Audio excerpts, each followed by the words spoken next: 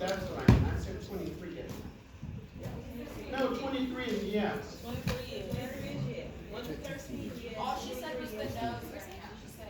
I just said the no's Yes. for 24 to 29. And 14 to 22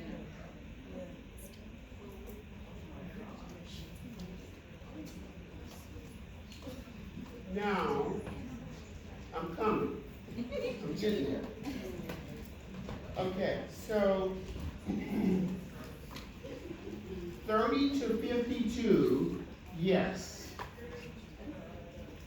Because that includes headaches and seizures. You've got to know about that.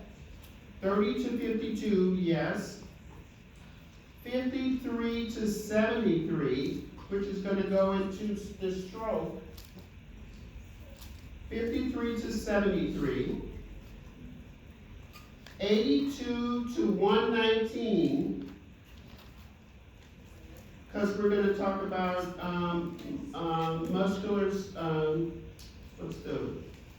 sclerosis, multiple sclerosis, and Parkinson's are in that range, 82 to 119.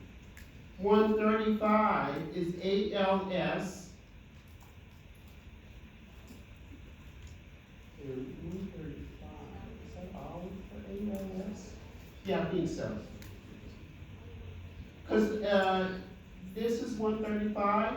Don't worry about Huntington's. Just the AML side. ALS, thank you. So no Huntington.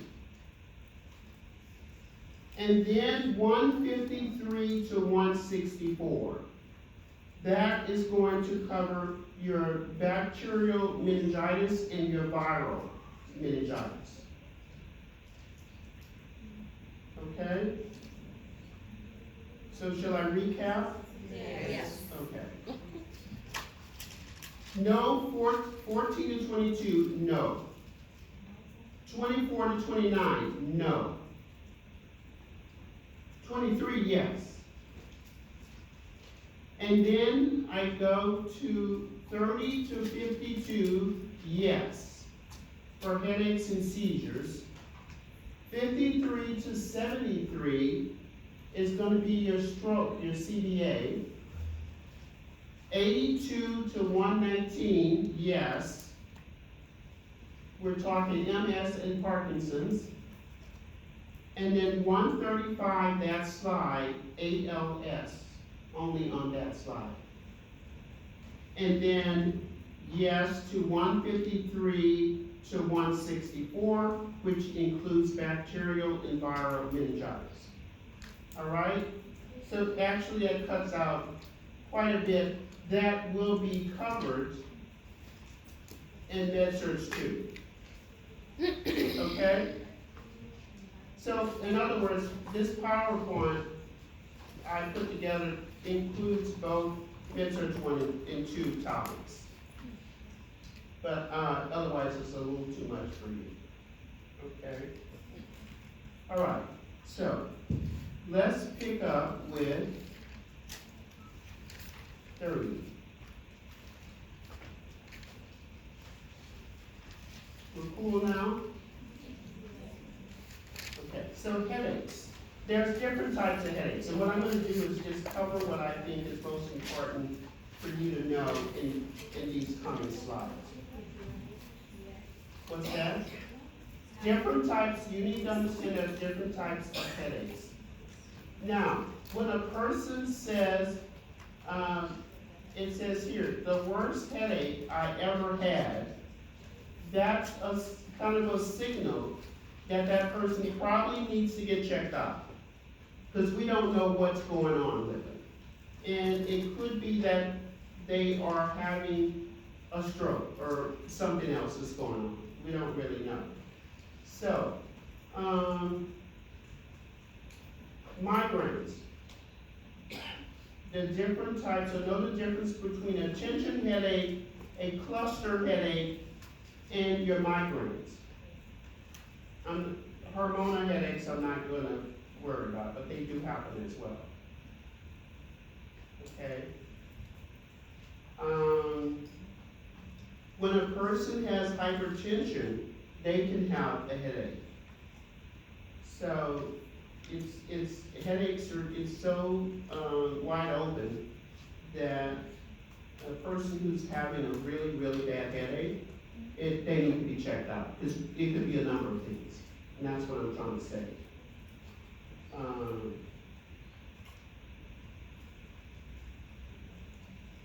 Okay, so that's that. Now, we get into seizures. There's different types of seizures, and you need to know the difference between the types of seizures, okay? So, there's partial classification of seizures. There's partial seizures, simple partial, complex partial, and generalized seizures. So here, I kind of have that spelled out a little bit. Partial seizure, it begins in one part of the brain, and a simple partial is going to be consciousness remains intact. So understand the difference between these, okay? You gotta learn about them, so I'm trying to make it as simple as possible. Focal motor seizure that does not, so a simple partial, so this just goes on to explain the difference, all right? This next slide. And then you want to understand the chronic, so your tonic-clonic seizures. The grand mal seizure affects both children and adults. So know the difference between the tonic-clonic seizure, which lasts somewhere between 2 to 5 minutes. So, and then, so the slides explains the difference. See here, tonic phase, clonic phase, post-ictal state. Now I wanna, so learn the difference of those. And then what I wanna go into is the management, okay?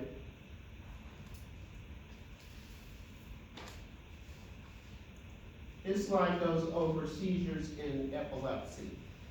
So, it covers, kind of some of the same information in terms of the different types of seizures on the right side, and it talks about epilepsy on the left. Now let's look at nursing management. Now, the first thing when it comes to a patient having a seizure is safety. Safety meaning if the person's experiencing a seizure, we don't want them to harm themselves, okay? I would be concerned about someone having a seizure if they're standing up. And what you want to do is safely lie them down. So if someone's having a seizure, you want to get behind them and try to break that fall, because they're not going to be able to manage that on their own.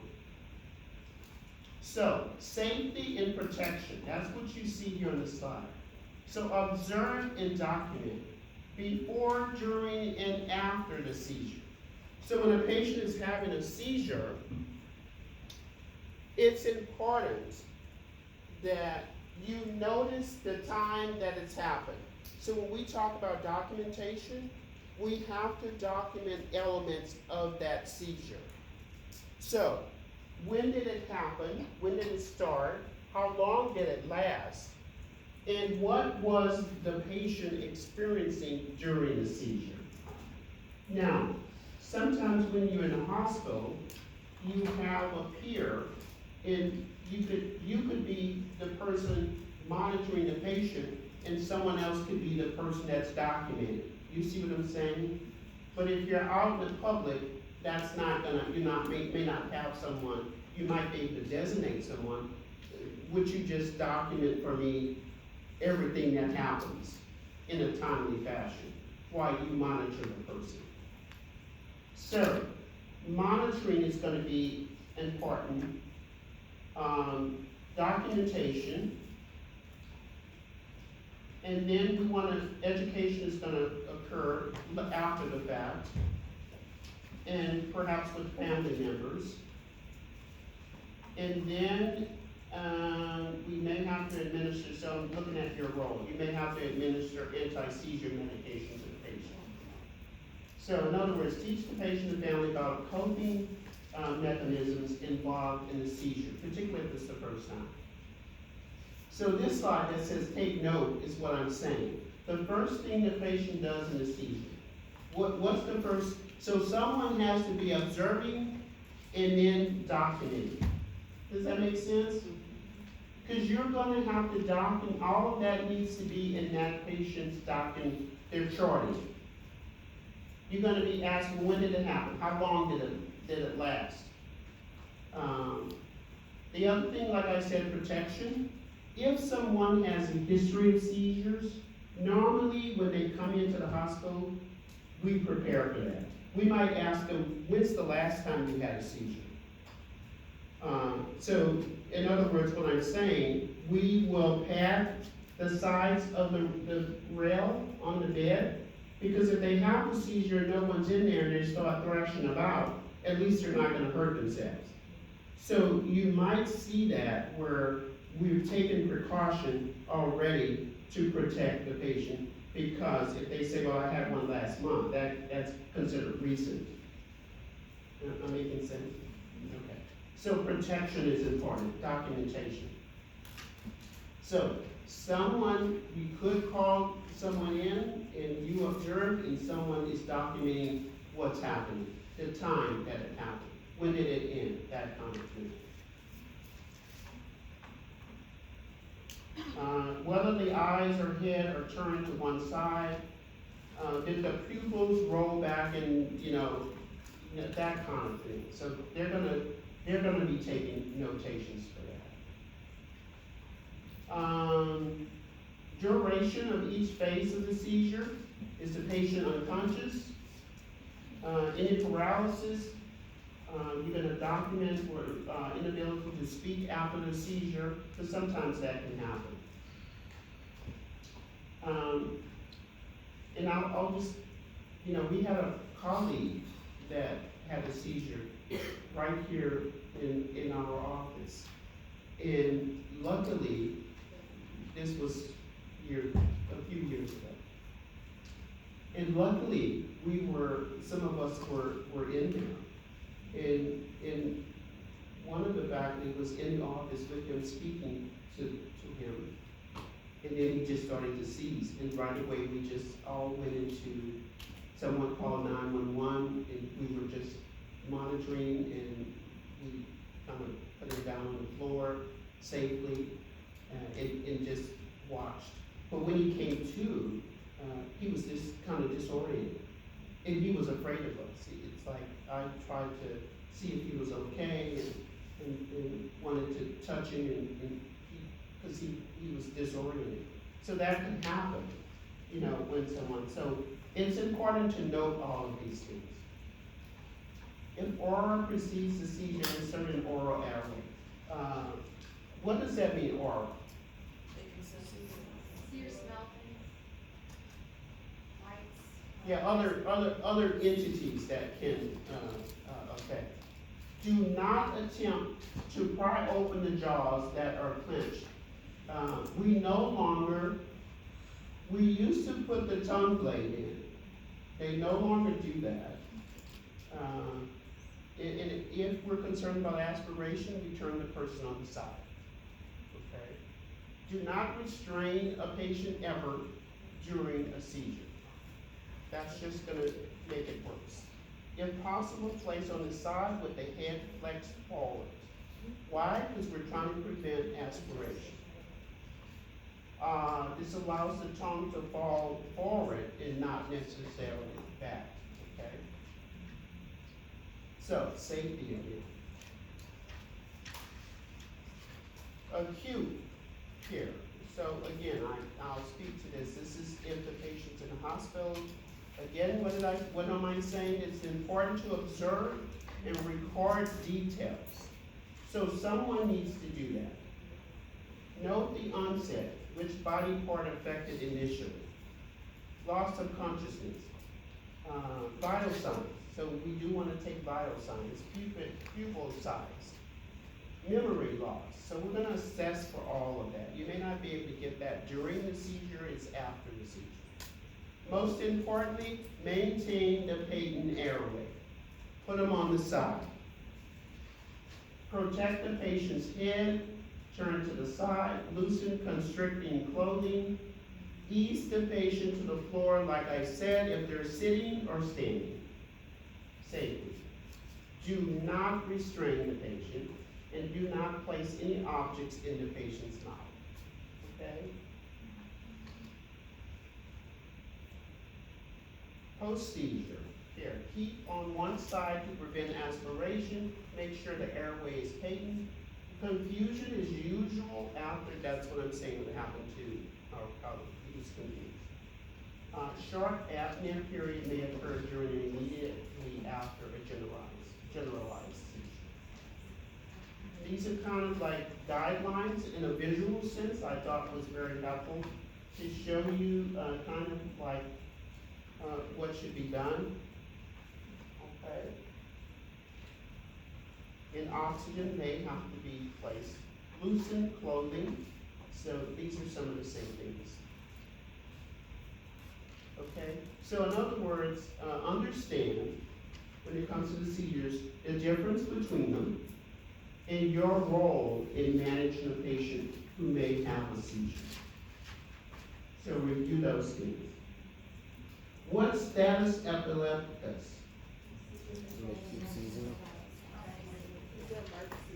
Yeah, they're recurrent rapid cessation, okay? The most serious complication, epilepsy and a neurological emergency. So it's considered, status epilepticus is considered a medical emergency. We gotta get them to the hospital right away, 911, for sure. Tonic-clonic status epilepsy is the most dangerous, causing these entities here. These are just specific causes of seizures that can happen. These are medications that can be used in treating seizures with their related side effects, and now in bold. Whenever I put anything in bold, it's kind of what I want you to pay attention to within the slide. Okay? Like phenytoin, now remember, I think I said this last week, NCLEX will now put, when it comes to pharmacology, they're only gonna give you generic names. So you want to start to learn your both names now, so you can recognize them, okay? So phenytoin is what? What's the other name? What is it? Dilantin, very well, very good. Now, with some of these medications, we have to monitor labs. There are like a dilantin level. We wanna monitor labs. And then one of the most important side effects in relation to dilantin is this one. Jennifer, hyperplasia. What is that? The gums. What's that? It's the gums going. Has to do with the gums. Is it the gums going over the teeth? Yes. Dysrhythmias. And then phenobarbital. There's such a thing as a phenobarb level. So you've got to check levels. And the primary ones that are bold are what I've seen used primarily. Okay? So pay attention to those three. This is just a surgical treatment sometimes for seizures, but you're not gonna have to know any of this that's on here for testing purposes. Nothing on slide, what is that, 52? 52, no. I'm not gonna test you. Now, let's do CBA. Any questions on the seizure stuff? I know it's a lot, guys, but we gotta Cerebrovascular disorders. Well, what we want to focus in on is strokes. Stroke is the primary cerebrovascular disorder and the third leading cause of death in the United States. It happens a lot. Okay? There are modifiable and non-viable factors that come into play when we talk about stroke. Non-modifiable, age. And again, those African Americans, they just tend to stand out for everything. Modifiable, hypertension, cardiovascular disease, cholesterol, obesity, diabetes, weekend smoking, these are modifiable. That will help a patient who may be at a greater risk for having a stroke. That's what that means. We'll get into that a little bit more. What's TIA? That is correct.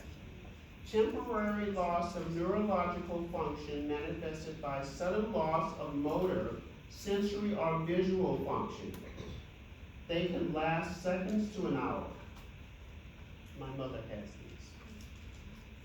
She has TIAs. We have to watch her. And sometimes she gets confused. But they don't last very long. 1/3 will never have another one. 1/3 will later have another one. And 1/3 will later have a stroke.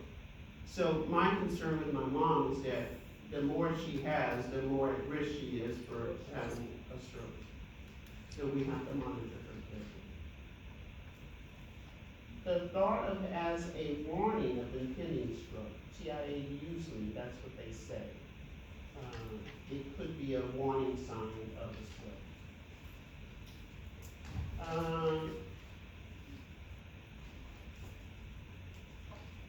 have a hard time saying this, but amaurosis Puget, a classic sign of carotid artery disease.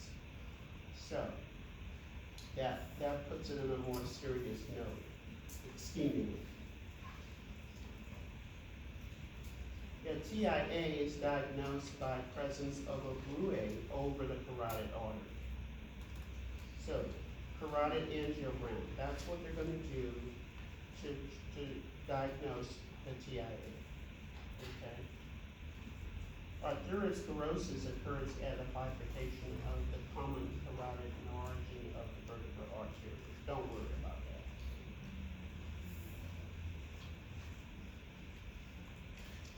This is preventive treatment, health maintenance, so many of those things we talked about earlier that are modifiable are encouraged.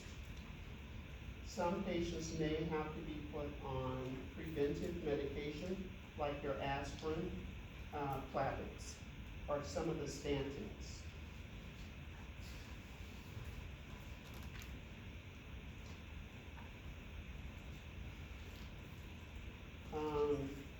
What's the stantin? Cholesterol. Lowers cholesterol. HMG-CoA reductase inhibitor. That's true. What? They're anti-lipemic drugs. It's like lipid lowering drugs.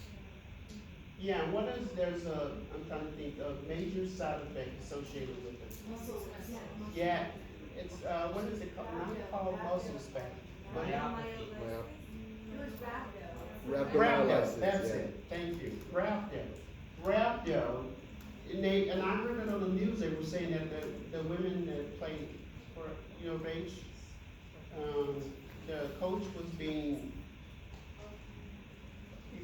too hard on them, and that, a couple of them went in with Rhabdo. So Rhabdo is a side effect of statins. So it's a serious, helpful medication, but at the same time, there's serious side effects.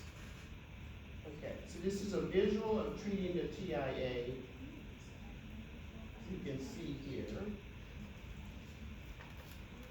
This is what they do. Now, for you as a nurse, what the post-op care is important. You gotta check neuro vital signs. What are neuro vital signs? If we're gonna check neuro vital signs, where would we check?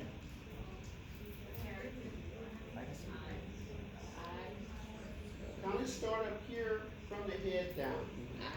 Yeah, so you gotta check your pupils. Remember the perla? So you gotta check your, number one is consciousness, LOC. So you gotta check there. And then you're gonna work your way down. What else would you check for neuro checks? Strength. You're gonna check strength. You're gonna check your pulses. You're gonna check peripherally. Can they move their toes? You're gonna check these kinds of things in terms of neuro. Can they move their arms? What are their, is there a compatibility of the pulses? So you're gonna check them simultaneously. You're gonna look for neck vein distension, JVD. JVD, jugular vein distension. What position should you check the patient for that? Sitting at 30 to 45. Very good. About a 45-degree angle. So you lie them flat first, and then you let them up to a 45-degree angle. And if there's a JVD, you will see. Okay? We want to take vitals, assess ability to swallow, and maintain adequate blood pressure, because we're concerned about hypotension. Complications. NCLEX is huge on complications, so we now have to teach you specifically about complications of these particular disease processes that we cover. So you need to understand, because they're finding that new grads kind of don't know what to do when a patient has a complication when they leave this place, or nursing in general. So, primary complications in reference to the surgery, this surgery is going to be the potential for a stroke, cranial nerve injuries, a hematoma, and then an infection of the wound site here, infection. So we have to monitor for, I would be looking at their WBC, I would be looking at their temperature. I want to know if there's any signs of infection. Okay. All right. It's a lot of information. We're done, what, at 4:30? Let me, okay. So I've got, I think what I'm going to cover is CBA on this. And I still have to cover, I want to cover specifics that relate to nursing in terms of the stroke. Let me start it, and then we'll give you guys your 20-minute quiz. What? I'm saying CBA. CBA? Okay. Yeah, I kind of mentioned it above, but I didn't get into the